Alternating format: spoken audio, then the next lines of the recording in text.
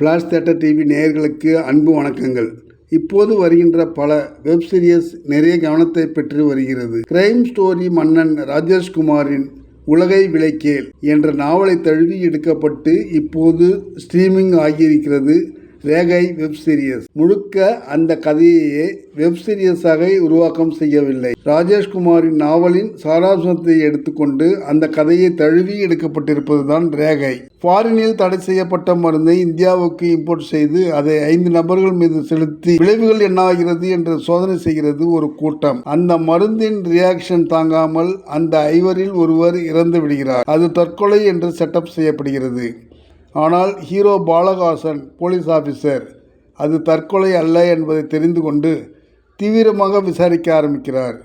அப்போது ஏராளமான மர்மங்கள் அவருக்கு உணர முடிகிறது. சஸ்பென்ஸ், த்ரில்லர், டிடெக்டிவ் ஸ்டோரியாக இதை படைத்திருக்கிறார் டைரக்டர் எம். தினகரன். போலீஸ் அதிகாரி பாலகாசனுக்கு ஜோடி ஏட் பவித்ரா ஜனனி. காமெடி வீராப்பு மிகுந்த பெண்ணாக மனதில் இடம் பிடிக்கிறார்.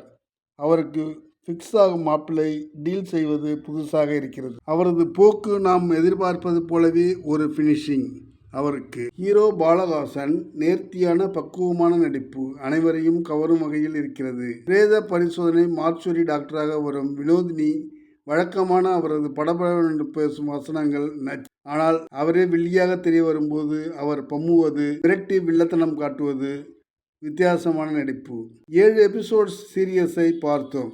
முதல் பாதியிலேயே விறுவிறுப்பு, 2ஆம் பாதியில் கொஞ்சம் குறைவுதான். என்றாலும் வெப் சீரிஸுக்கு ரேகை ஏற்றதே என நினைக்க வைத்துவிட்டது.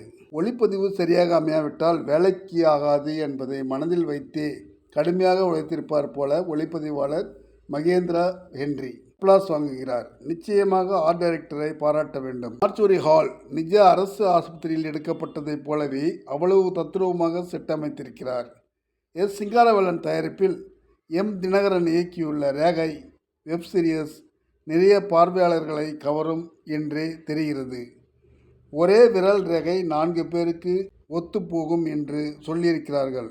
அது எந்த அளவுக்கு உண்மை என்று தெரியவில்லை. நன்றி, வணக்கம்.